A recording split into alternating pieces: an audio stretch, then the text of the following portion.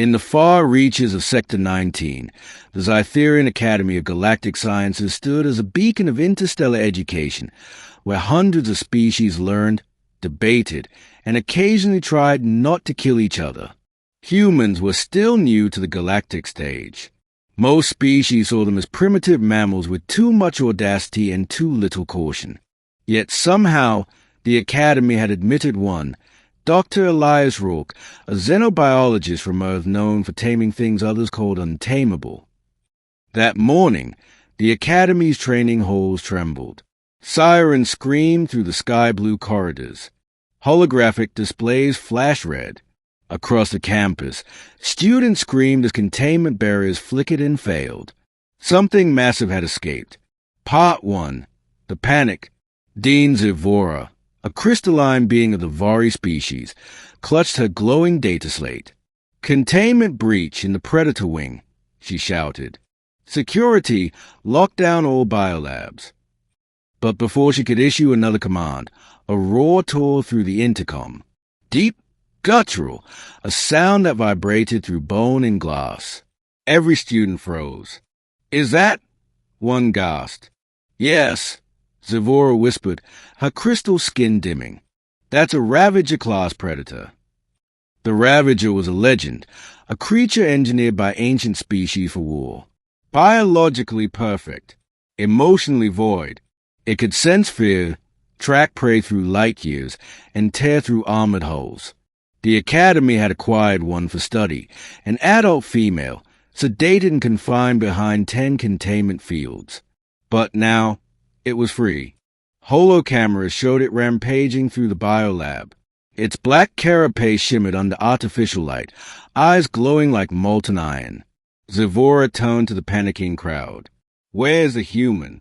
Dr. Rourke was assigned to that habitat wing. Part 2. The Human and the Cubs.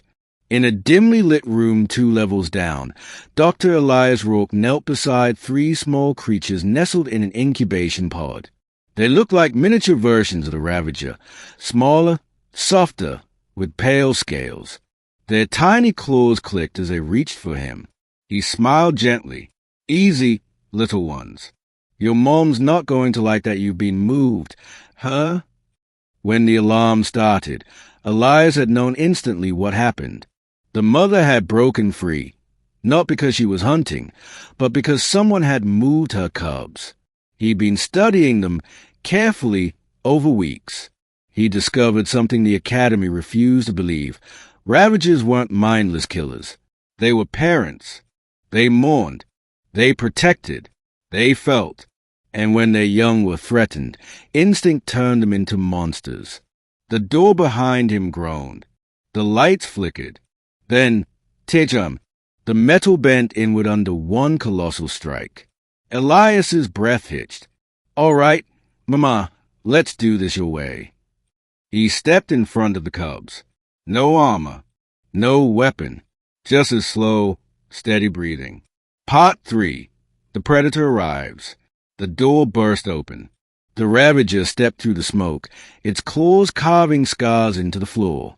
8 feet tall, chitin plates glistening. Its teeth glowed faintly with bioluminescent venom. Students watching from the security room screamed, "It's going to rip him apart." But Dean Zivora whispered, "Wait, look at its body posture." The creature didn't charge. It stopped, its head tilted. Through the holographic feed, everyone saw it. The freeze, the Predator, the deadliest being the galaxy had ever created, had stopped mid-attack, its massive frame trembling. Its eyes focused on the cubs behind the human. The cubs chirped, soft, almost musical. One stretched a tiny claw toward Elias's hand. And that's when the unthinkable happened. The Ravager lowered itself. Not in aggression, but in recognition. Part 4. She's not angry. She's afraid. Elias slowly raised his hands, voice calm. She's not angry. She's afraid. The intercom crackled with the dean's voice. "Human, step back. Security is en route." "Cancel that," Elias said firmly. "If they come in shooting, she'll kill everyone." He took a cautious step closer. The creature's massive head turned, tracking him. He stopped when her breath brushed his face, hot and metallic, laced with ozone. He didn't look away. "I know why you're here," he whispered. "They took your young. You were just trying to protect them." The Ravager's talons flexed. For a heartbeat, it seemed ready to strike. Then it let out a low rumble, not unlike a purr. The cub squeaked, scuttling toward her. Elias slowly stepped aside and let them crawl under her legs. She watched him carefully, but didn't attack. Instead, she bowed her head, just slightly, as the cubs climbed her back. The whole academy went silent. Part 5. The Standoff. Security drones arrived, surrounding the chamber. Plasma rifles hummed. "Target locked," one announced. "Stand down." Elias shouted, "You'll trigger her instincts." But the guards didn't listen. The drones rose higher, charging their cannons. The Ravager turned, her eyes glowing brighter, claws tensing. Elias sprinted between them, arms outstretched. "If you fire, you'll be the reason this place turns into a slaughterhouse." Dean Zavora's voice came through, calm but cold. "Human, you're risking everything." "No," Elias replied. "I'm proving everything." He knelt before the creature again, speaking softly. "You just want your home back, don't you? I get it." She blinked, slowly. Then, astonishingly, the Ravager nudged his chest with her snout. A gesture of acknowledgement. "She's listening," Elias whispered. "Let me end this." Part 6. The Escape. With careful movements, he tapped his communicator. "Open the west gate."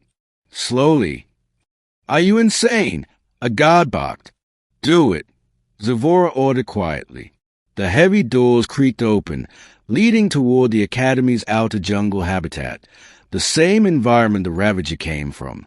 The creature turned toward the path, her cubs clutching her sides.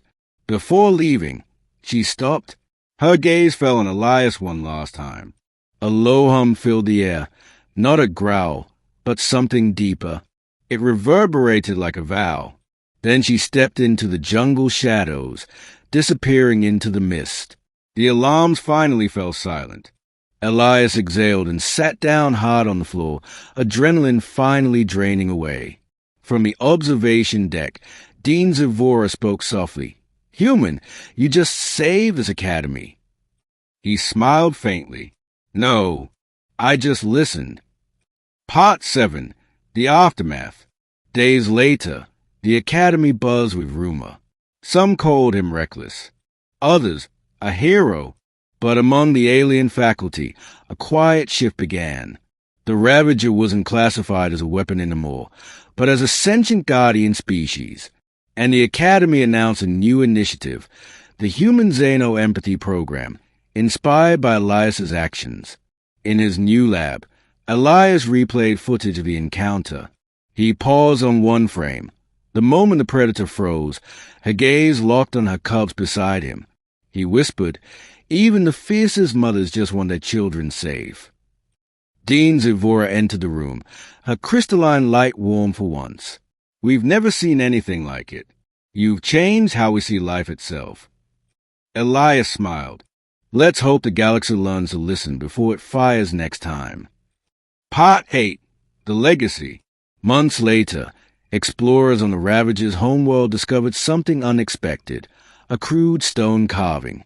Not by nature, but by claws. It showed a tall figure beside three small ones, and above them, a single word scratched in alien script, "Friend." When the image reached the Academy, the entire hall fell silent. Even Dean Zavora couldn't speak. Somewhere in the galactic wilds, a mother predator had remembered the human who didn't run, who protected her children when no one else would. And for the first time in the Academy's long history, peace wasn't born from strength, but from understanding. Ending line perfect for narration. The Academy feared the beast, but the human saw a mother. And sometimes that makes all the difference between a war and a miracle.